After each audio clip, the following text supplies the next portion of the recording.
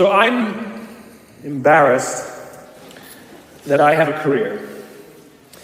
I talk about things like trust and cooperation, and there should be no demand for my work.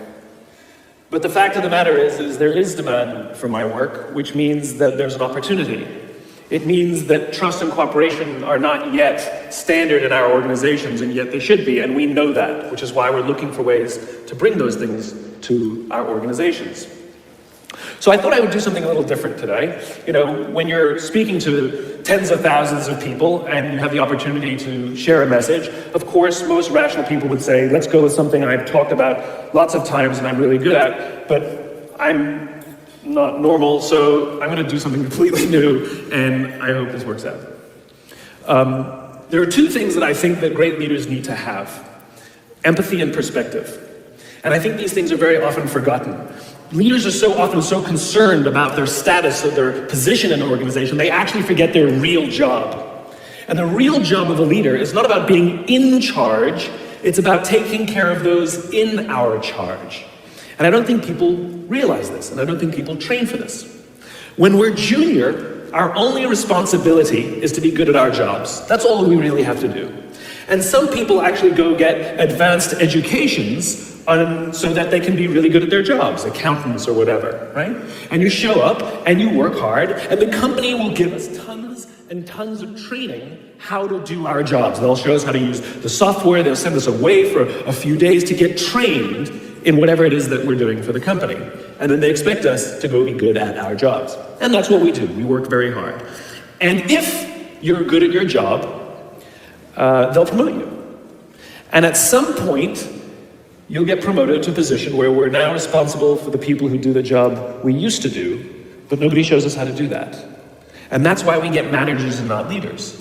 Because the reason our managers are micromanaging us is because they actually do know how to do the job better than us. That's what got them promoted. Really what we have to do is go through a transition. Some people make it quickly, some people make it slowly, and unfortunately some people will never make that transition at all. Which is we have to go through this transition of being responsible for the job and then turning into somebody who's now responsible for the people who are responsible for the job. And as I said before, one of the great things that is lacking in most of our companies is that they are not teaching us how to lead.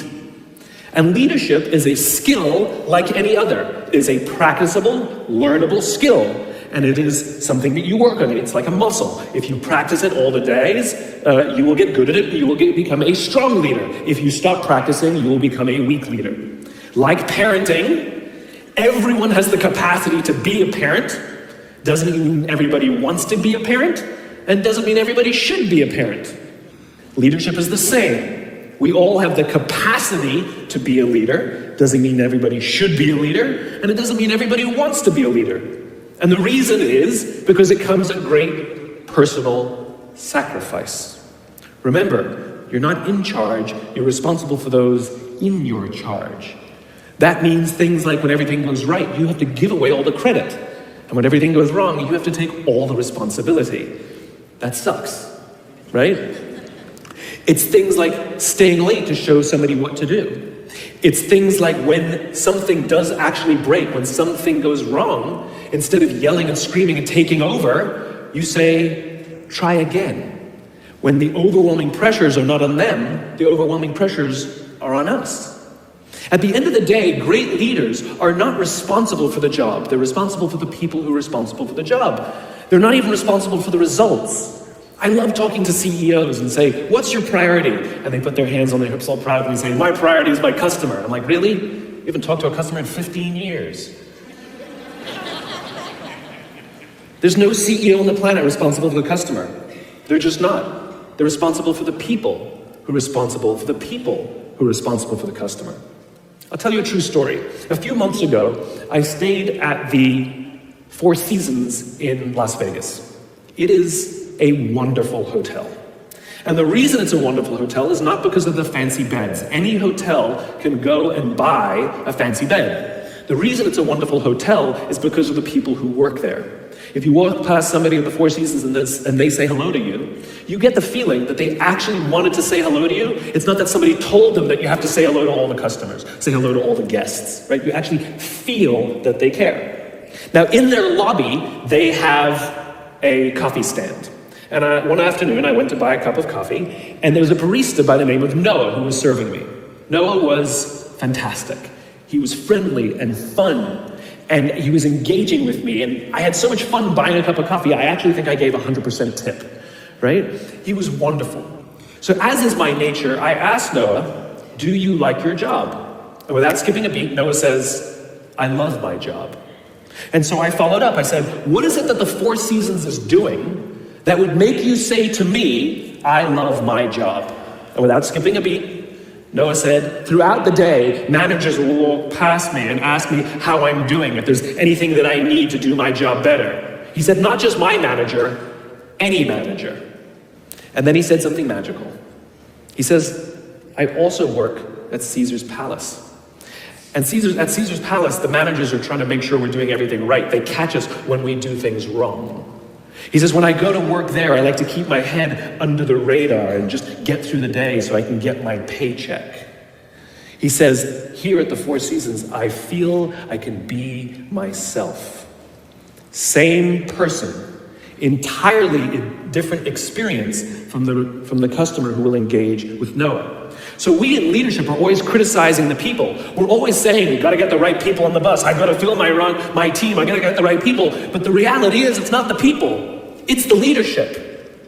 If we create the right environment, we will get people like Noah at the Four Seasons. If we create the wrong environment, we will get people like Noah at Caesar's Palace. It's not the people. And yet we're so quick to hire and fire.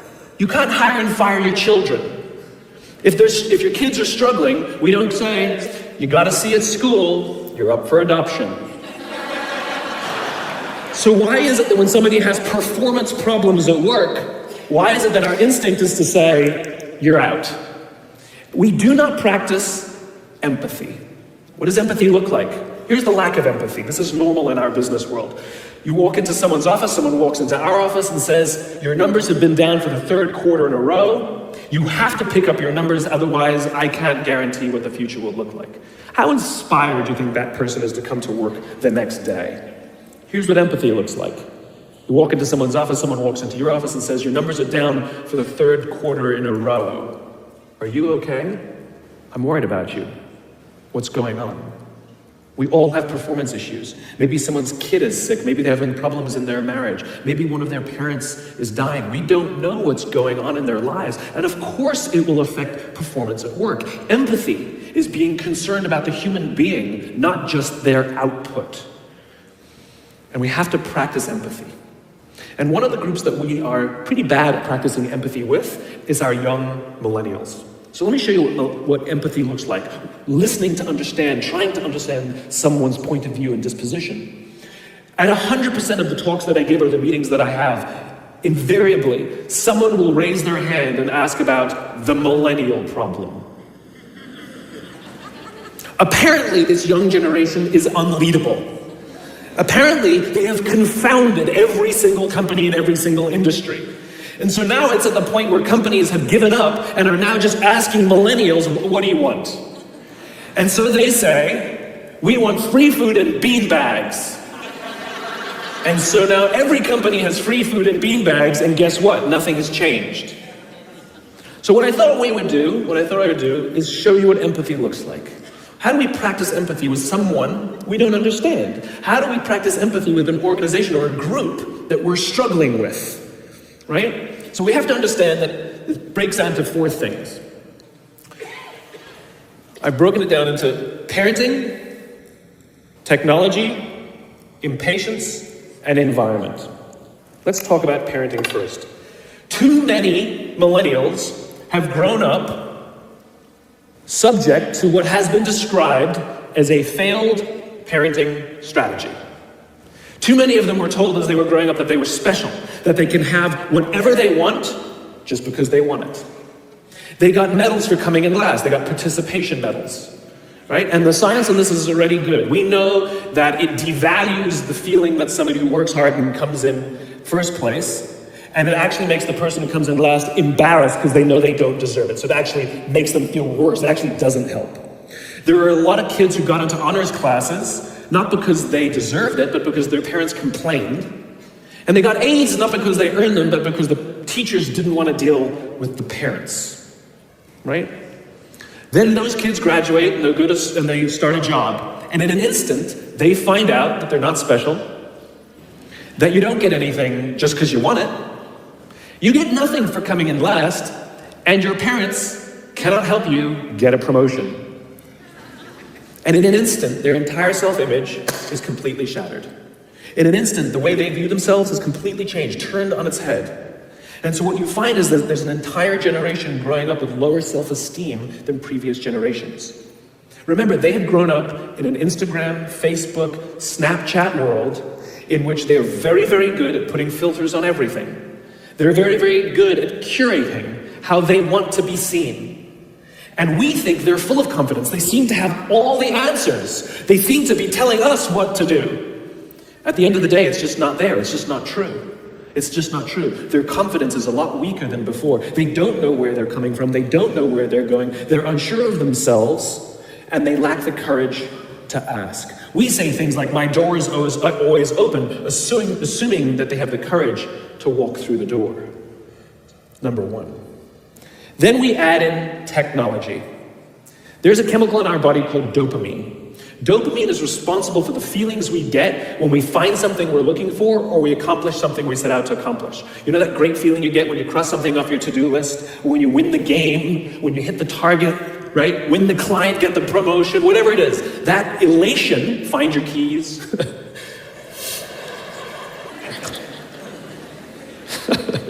That elation comes from a chemical in our body called dopamine, right? Now, other substances, other things that release dopamine include alcohol, nicotine, gambling. That's what makes us feel good when we engage with those things, and it's the root of a lot of addiction. In fact, almost every alcoholic on the planet discovered alcohol when they were teenagers.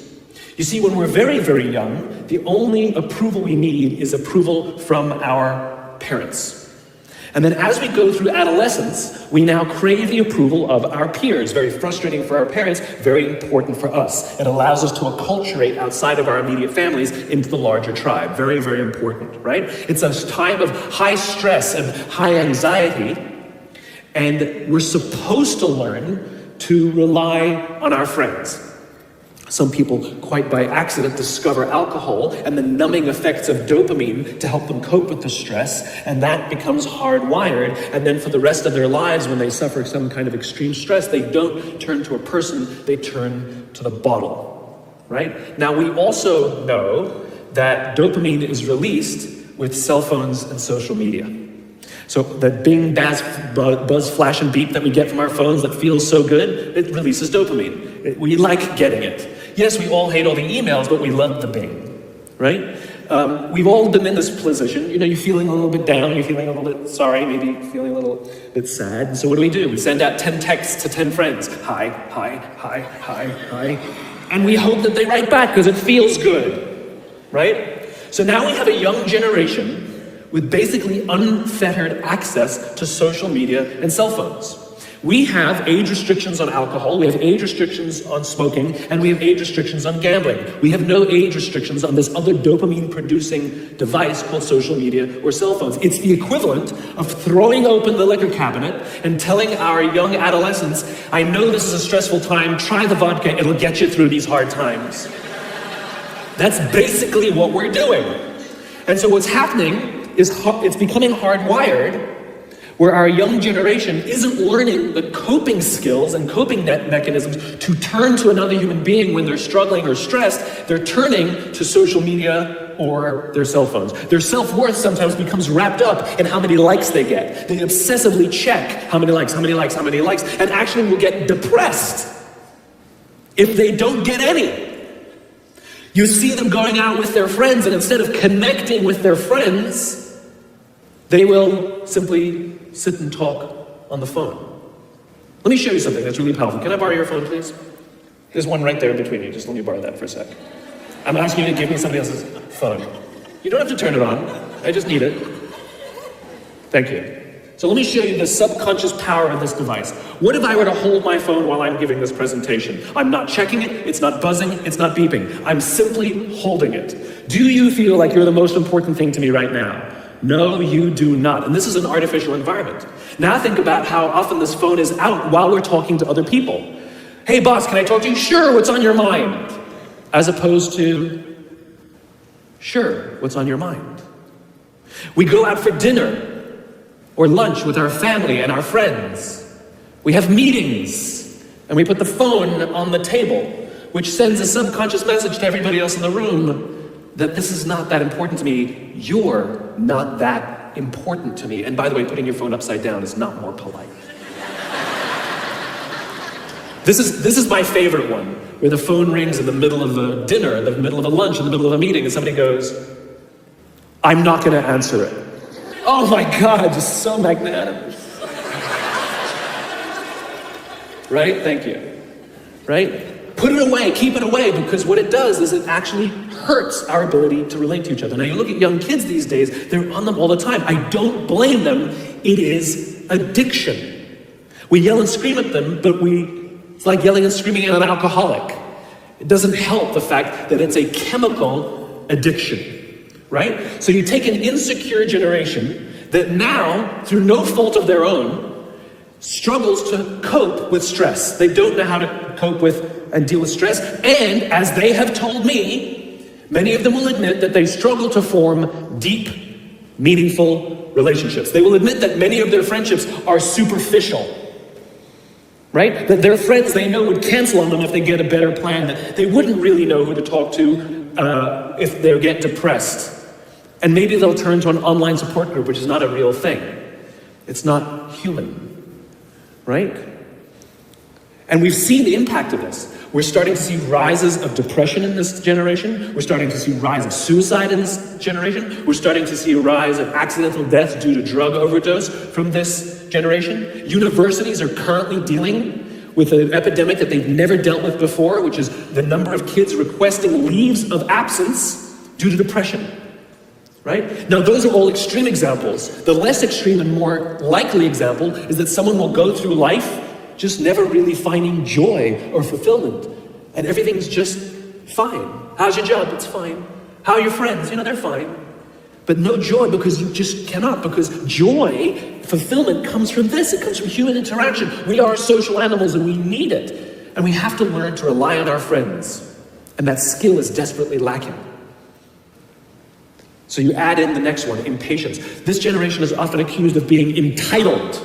And if you've worked with any of them before, sure seems that way. But I would argue that we're misreading the tea leaves.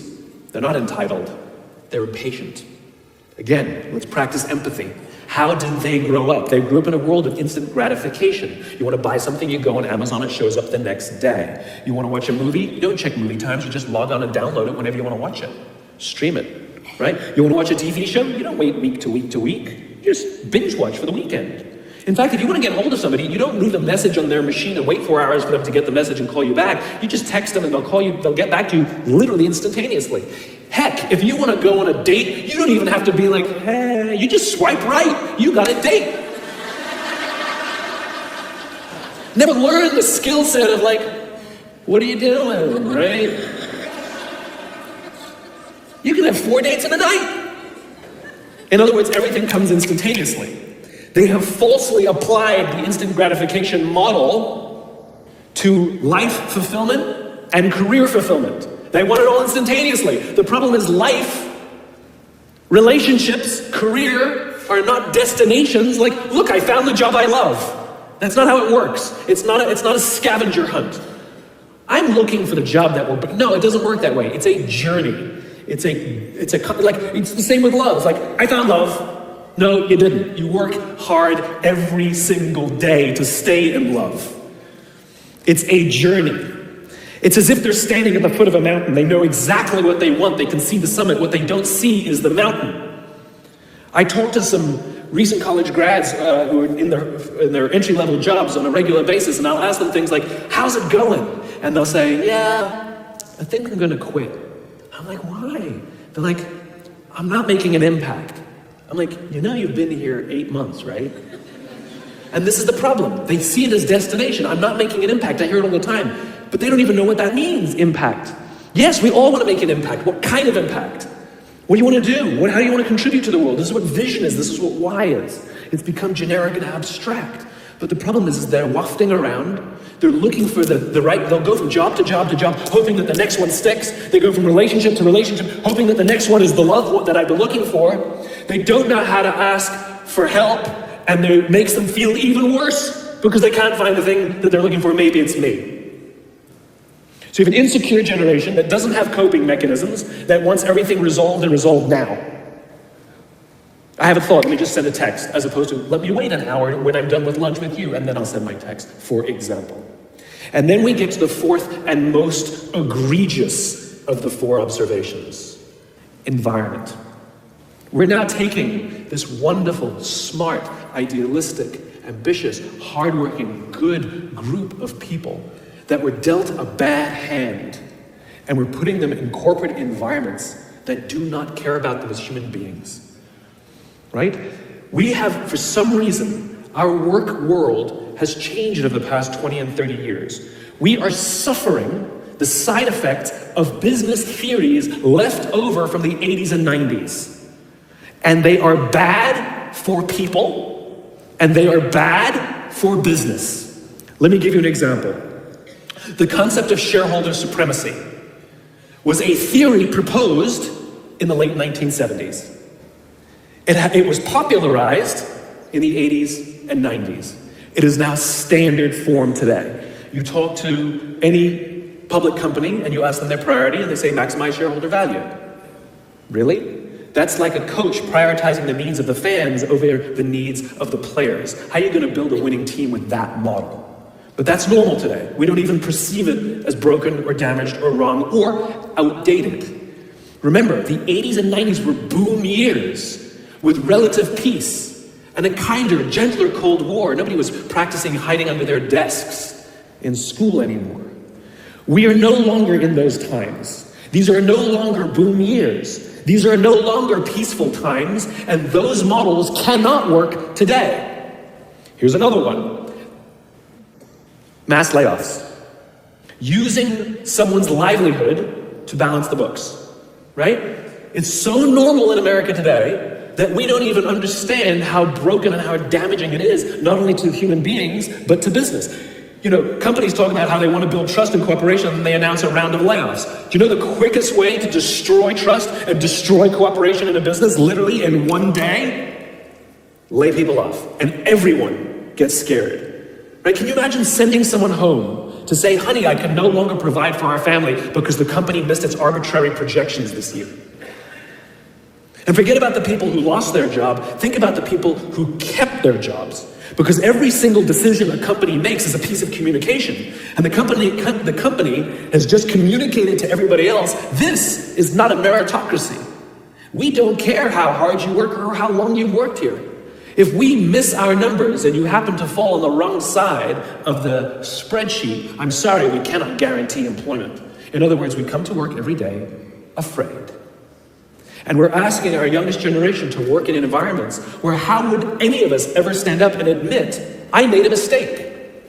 We're constantly being told, you have to be vulnerable. Leaders are vulnerable. What does that even mean? It doesn't mean you walk around crying, I'm vulnerable, right? No, what vulnerability means is you create an environment in which someone feels safe enough to raise their hand and say, I don't know what I'm doing. You've given me a job and I haven't been trained to do it. I need help. I made a mistake. I screwed something up. I'm scared. I'm worried. All of these things no one would ever admit inside a company because it puts a target on your head in case there's another round. And so we keep it to ourselves. And how can a company ever do well if nobody's ever willing to admit they made a mistake, that's scared, or they don't know what they're doing? And so we've literally created cultures in which every single day everybody comes to work and lies, hides, and fakes. And we're asking our youngest generation to work and succeed and find themselves and build their confidence and overcome their addiction to technology and build strong relationships at work. We're asking them to do this, and these are the environments we've created. We keep saying to them, you're the future leaders. We're the leaders now. We're in control. What are we doing? This is what empathy means. It means if there's an entire generation struggling, maybe it's not them.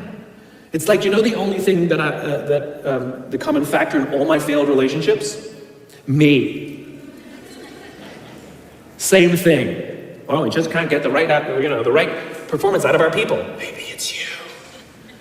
Right? It's not a generation. It's not them. They're not difficult or hard to understand. They're human beings like the rest of us, trying to find their way, trying to work in a place where they feel that someone cares about them as a human being. By the way, that's what we all want. In other words, it's not even generational. It's all of us. This is the practice of empathy. That if we're struggling to communicate to someone, if we're struggling to help someone be at their natural best, I'm tired of people saying to me, how do I get the best out of my people? Really? That's what you want? They're like a towel, you just wring them. How can I get the most out of them? No, how do I help my people be at their natural best? Right? We're not asking these questions. We are not practicing empathy. We have to start by practicing empathy and relate to what they may be going through. And it will profoundly change the decisions we make. It will profoundly change the way we see the world. Someone's driving to work. You're driving to work. And someone wants to cut into your lane. What do? Do you pull your car up or do you let them in? Most of us pull our cars up and go like this. You wait your turn. Now let's practice empathy. I don't know, maybe they've been out of work for 6 months. Maybe they had trouble getting the kids out to school this morning and now they're running late for a really important interview and they just have to get to this interview and they're gonna cut into our lane. Or maybe they're just a bastard, I don't know. But that's the point. We don't know. We don't know. And the practice of empathy will say, I'll let them in and I'll arrive to work 1 car length late. Right? We don't always have to be right. We don't always have to be in charge. We don't always have to be the one who succeeds. It's not about winning or losing. And that's where I go to the second point. After empathy comes perspective, where it's not about winning or losing. In game theory, there are 2 kinds of games. There are finite games and there are infinite games. And this is how you're going to change your perspective, right? A finite game is defined as known players, fixed rules, and an agreed upon objective. Baseball, for example. We know the rules, we all agree to the rules, and whoever has more runs at the end of 9 innings is the winner, and the game is over. No one ever says, if we can just play 2 more innings, I know we can come back. Doesn't work that way. The game is over, right? That's a finite game. Then you have an infinite game.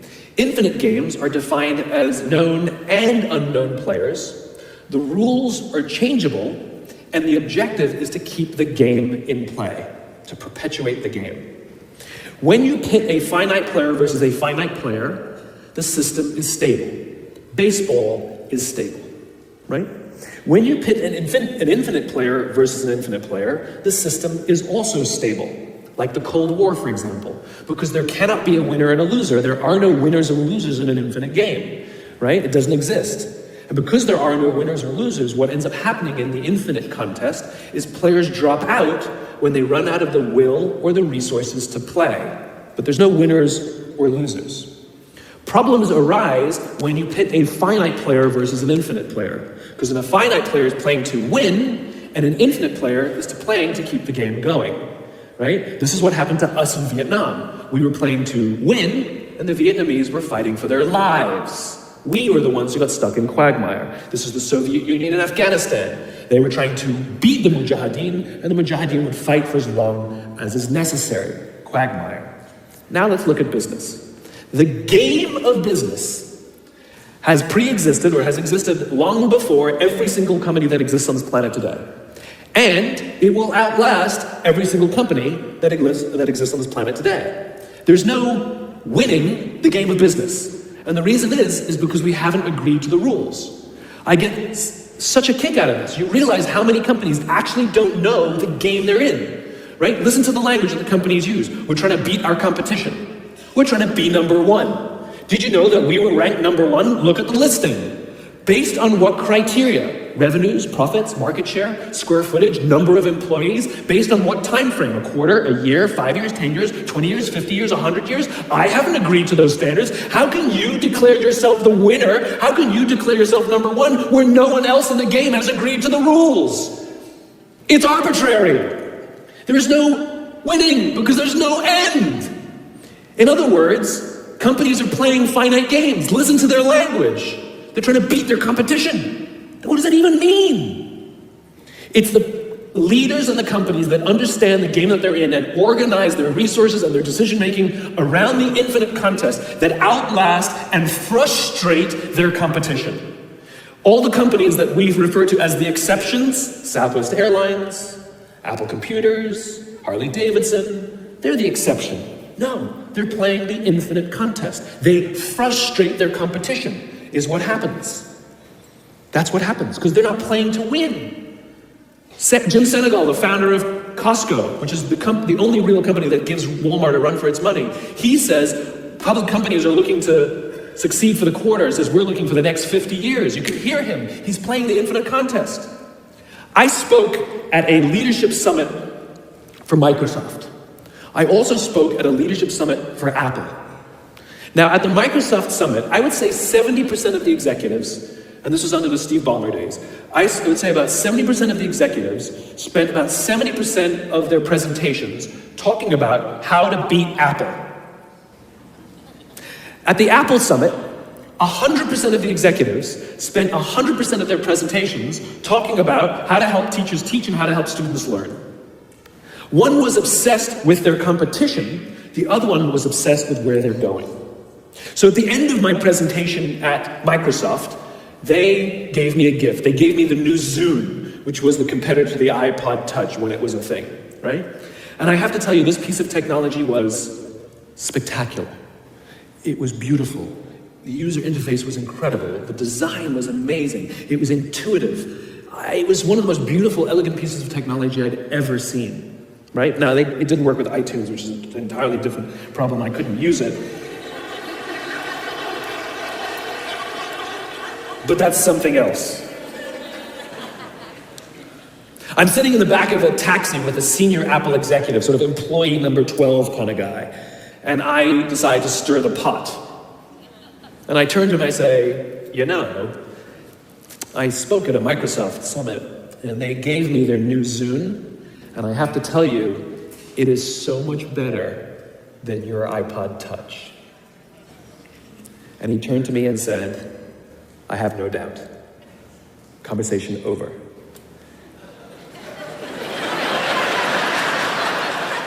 Because the infinite player isn't playing to be number one every day with every product.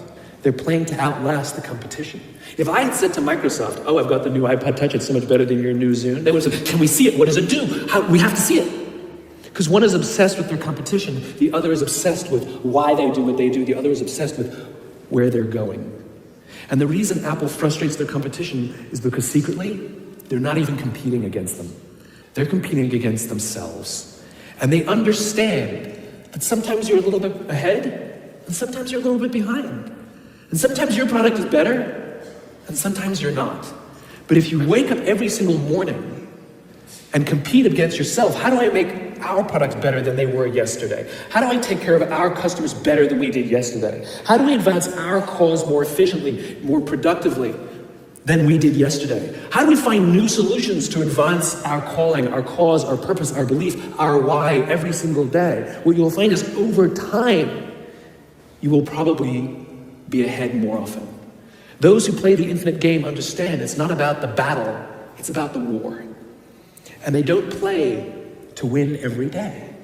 And they frustrate their competition until their competition drops out of the game. Every single bankruptcy, almost every merger and acquisition is basically a company saying we no longer have the will or the resources to continue to play, and we have no choice to either drop out of the game or merge our resources with another player so that we can stay in the game. That's what that is. And if you think about the number of bankruptcies and mergers and acquisitions, it's kind of proof that most companies don't even know the game they're in. You want to be a great leader, start with empathy. You want to be a great leader, change your perspective and play the game you're actually playing. Thank you very much.